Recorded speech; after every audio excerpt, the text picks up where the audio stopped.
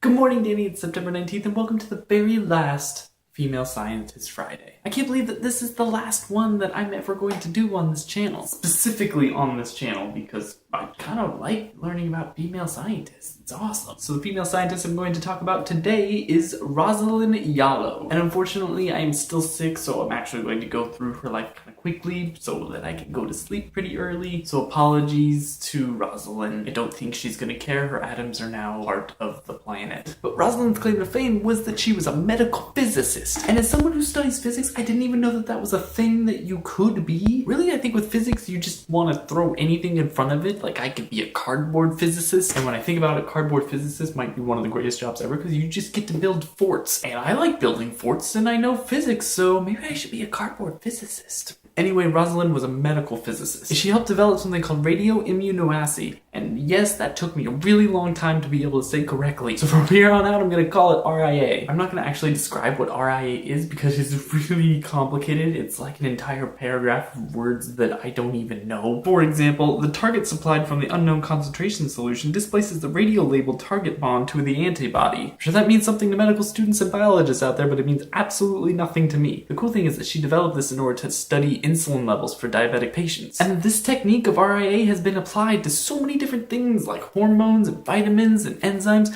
things that are typically too small to actually deal with and see stuff with. I think one of the great things about Rosalyn is that she and her partner didn't actually want to patent this, even though they could have been extremely financially successful commercially, but both agreed and refused to patent RIA, therefore allowing anyone in the world to be able to use this technique to study things. And that is something that I really revere as a scientist. While patents are great in order to protect intellectual properties, they can also be harmful when we start patenting things like genes, because then everyone suffers and no one wins. In 1977, Rosalyn was able to use the RIA technique in order to screen blood donors' blood against diseases like hepatitis. And for that, she won the Nobel Prize in Medicine that year. And the thing about Rosalyn is that she came up against so much adversity in her life. And this was seen in so many different places, like when she was applying to graduate schools. And one Midwestern university that was very skeptical of her said, she's a woman, she's Jewish, and she's from New York, implying that all of those things were against her and that she just had no chance. And she has some